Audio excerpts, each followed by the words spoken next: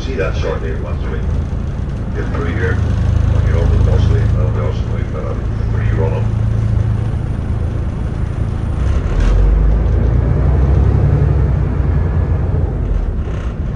So it's just a blue building ahead of us on the right hand side there.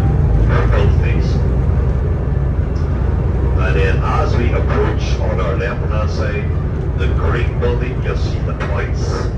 Next to it, the yellow one, Grace O'Malley's. You'll get Irish traditional music in there 7 nights per week. Very, very proper close to yard there. Now we're going to head up through Shaftesbury Square here. Named after the Earl of Shaftesbury back in the early 1800s. Now, speaking of our past, we had all the powerful mix back in our troubled days here. Now, for example, you had the likes of the IRA, the UDA, the UBF, the UFF, all those sort of people. They've all gone away now. But there is one organisation still with us to this day. Now, we're going to pass their headquarters shortly on our right hand side. This is why I'm asking you to put away your cameras. They're not at this type of thing. To me, I think they're absolutely disgusting. They should have run away a long time ago, but they're still with us. There they are, on the right hand side, the KFC. Yeah, they're still there. Don't even look at them. Don't even give them eye contact, they're not broken. If you're looking good, I don't think so, no. On your left, there's Lavery's. Hey, that's a very popular one there. That's a comedy club with 3-story high of entertainment. You go there, you can pull your own pint of Guinness in there in Lavery's. They'll present you there with a t-shirt and a certificate. By Lavery's, they do claim to sell 1,000 pints of Guinness per day in there. You're probably thinking that's not a lot. Well, it is if there's only 5 people at the bar, you know. Right up now to our next stop, it's our Lanyon project, otherwise known as Queen's University, as it was designed by that man again, Charles Lanyon. You know, when Queen's University first opened its doors in 1845, they had 37 professors and 350 students. That's all they had. Today, Queen's University has got over 25,000 students from all over the planet, all over the world, with their set of skills. See what I mean? Right, you got the arsenal, you lose the mathematics. But folks, look at this now on our left-hand side. There she sits in all her glory. Queen's University. Beautiful, stunning little building, isn't it? Designed by Charles Lanyon in 1845. Now, not only do we have Queen's University up here, we put 3 in the one stop. We also have got the Botanical Gardens and the Ulster Museum. So there you go, 3 in the one stop here. So if there's anybody for Queen's University, Botanical Gardens, Ulster Museum, you're good to go this one. Go on ahead all down. Queen's University, and gee, you're good to go this one. Some people couldn't get picked up here.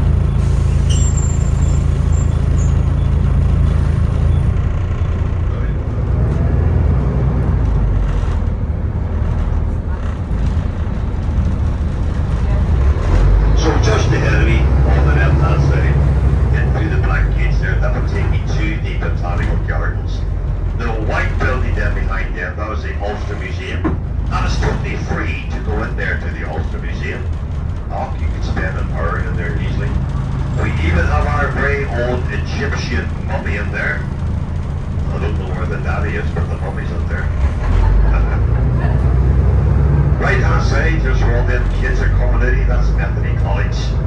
Now, there was another famous actor who talked in there. That was Jimmy Dorn. He starred in that Oscar-winning film Belfast. He also starred too in 50 Shades of Grey, Jamie.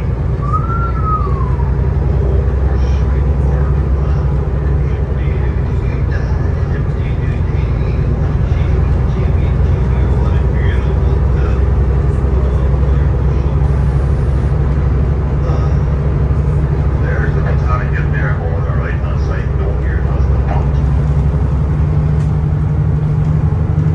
Now, as you can see up around here, that's all based around student life and student accommodation. Honestly, being so near the university of colleges. Now, when things were pretty bad here in the 70s, troubles,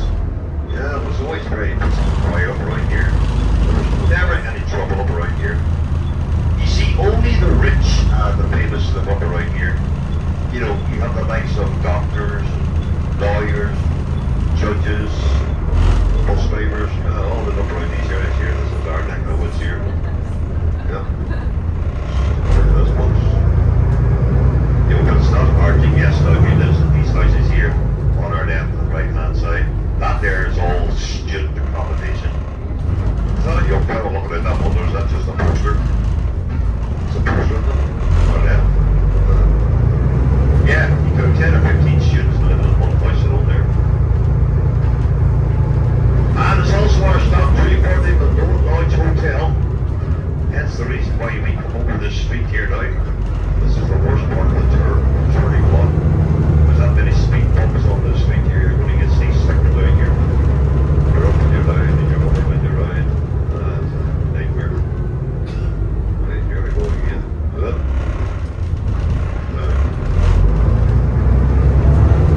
Right, below large anybody, no, all staying where we are. Okay, right, that's fair enough. Let's battle our way over these bumps again. Here we go. Up.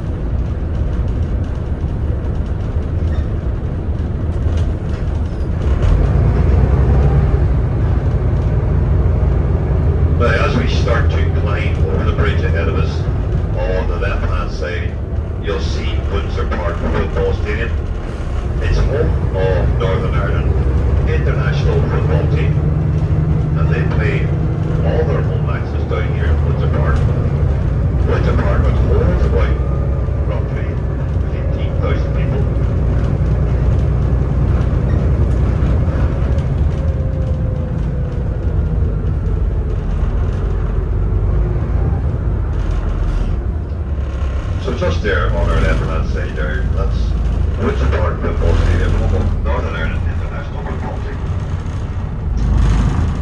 So we're actually heading towards now, this part of Belfast is called Boucher Road.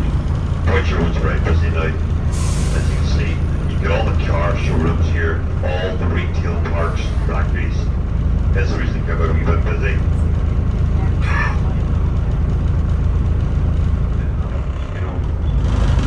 That's all Galway, like the co-op. So you can see how busy it is now with all the retail parks except for the car showrooms.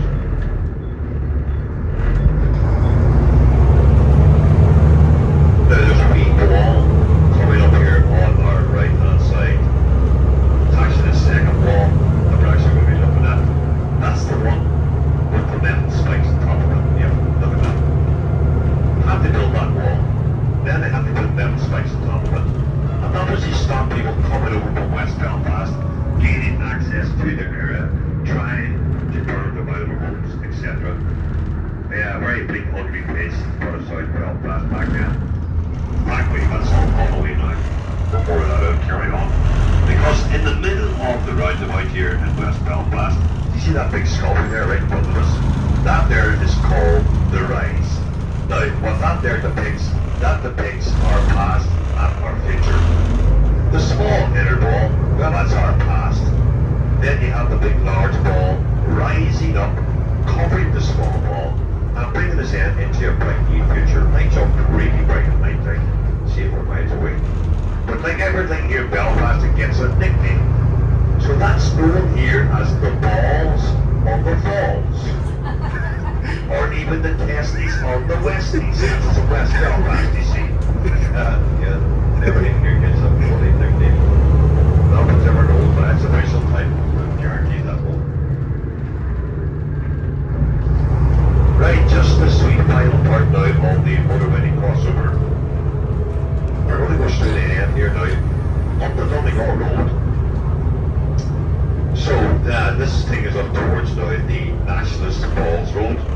So we are now just leaving South Belfast. So we're leaving the red, white, blue and the Union Jack flag behind us. Now when we eventually get up here onto the Nationalist Falls Road, this time then you're going to see a lot of the green, white and orange, which will be the Irish tricolour. You see up here the Falls Road, it is 100% Catholic. So they see themselves that big large building right in front of us there, that's the RVH, or the Royal Victoria Hospital. Now that is our largest hospital here in Northern Ireland. In 1965, the mobile defibrillator, that was invented in there in the Royal Victoria Hospital, and that is carried now by every ambulance throughout the world. And also, believe it or not, the Royal Victoria Hospital, that was the first hospital in the world to have air conditioning installed for the comfort of people.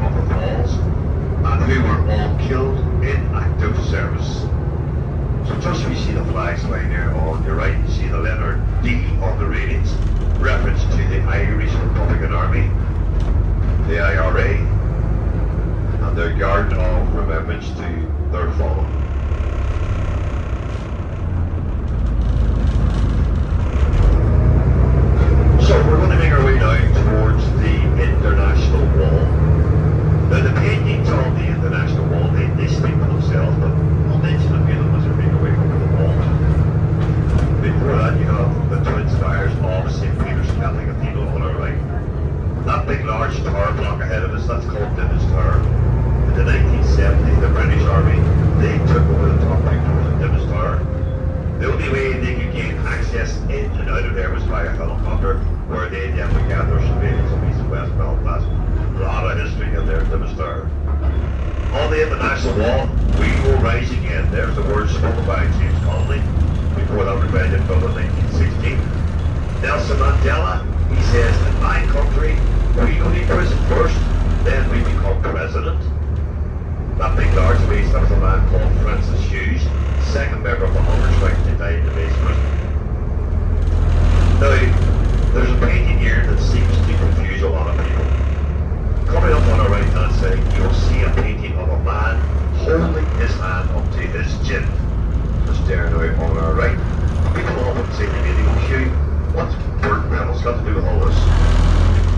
The Battle of the Falls, there's the street riots that took place here on a daily basis right through the 70s. Curfews were actually put in place here at night time as well on the falls.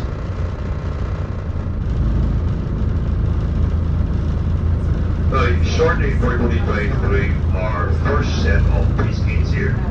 Now, these gates here in front of us, they will close tonight at 7:30, and they will almost be big enough. Now, as you see, the wall had to be extended twice after that. You know, a BBC journalist once described this area here as the most dangerous place in the planet to come to. 25 years ago, yeah, you couldn't have done what we're doing here today, it just been so dangerous. But look at the signatures on that wall there now on our left hand side. Look at that, thousands upon thousands of signatures are on that wall. People like yourselves now coming up into West Belfast, walking up to the peace wall, writing their name on the wall and leaving a message of hope for peacefulness. Only last year we celebrated 25 years of peace here in Northern Ireland. Something we thought we'd never see. 25 years of peace, absolutely brilliant. Now, we get held up on a wee bit of traffic here, so I think we're great here. So I'm going to try and make it up to you. If you wish, there's no pressure. I'm going to pull up here to my left. Now, if anybody wants to sign the peace wall, maybe get your photograph taken at the peace wall. Create a wee bit of history for yourselves, no problem. I've got markers here if you want to borrow some of them and write something on the wall. So if anybody wants to create a little bit of history for themselves and sign the peace wall, just get the photograph taken, no problem, no pressure, but you are more than welcome to do so. So if you want to do that, folks, come on head on down and sign the peace wall. Behind those tight skates here, just on our left as we approach them, just to protect the signatures and their messages of hope. The words of the Dalai Lama are on top of the tide skates here, on the little plate there. You can see them. And he says, open your arms to change, but do not let go of your values. The famous words of the Dalai Lama. Now, Bill Clinton, he signed that wall as well.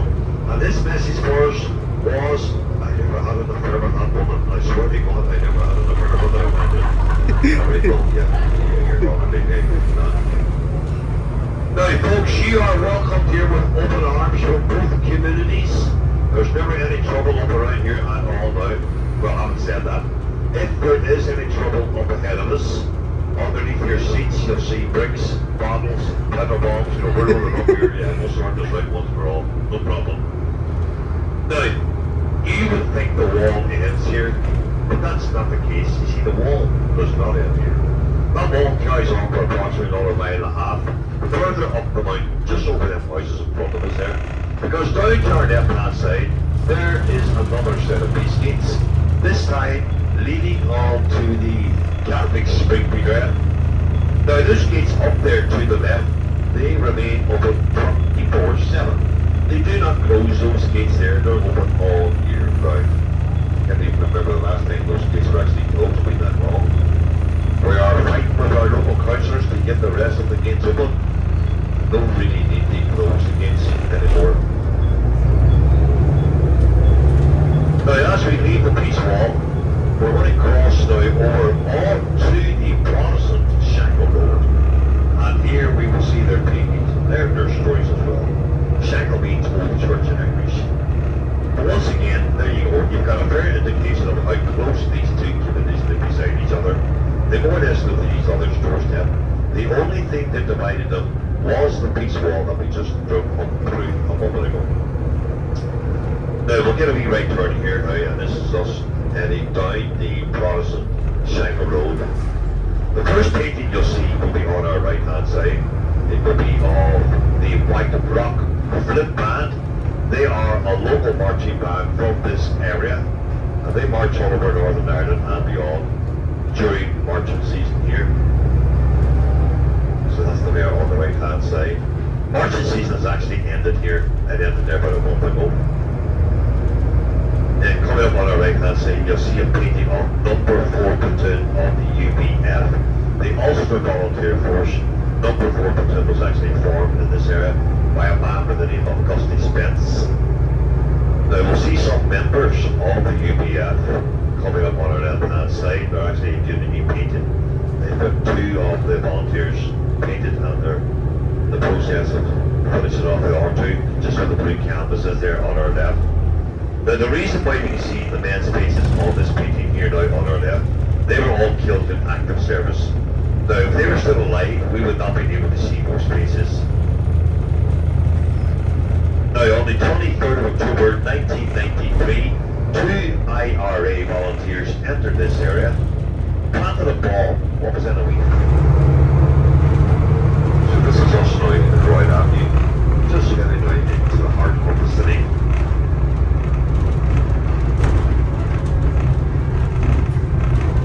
So the City Hall is just ahead of us, you'll see it.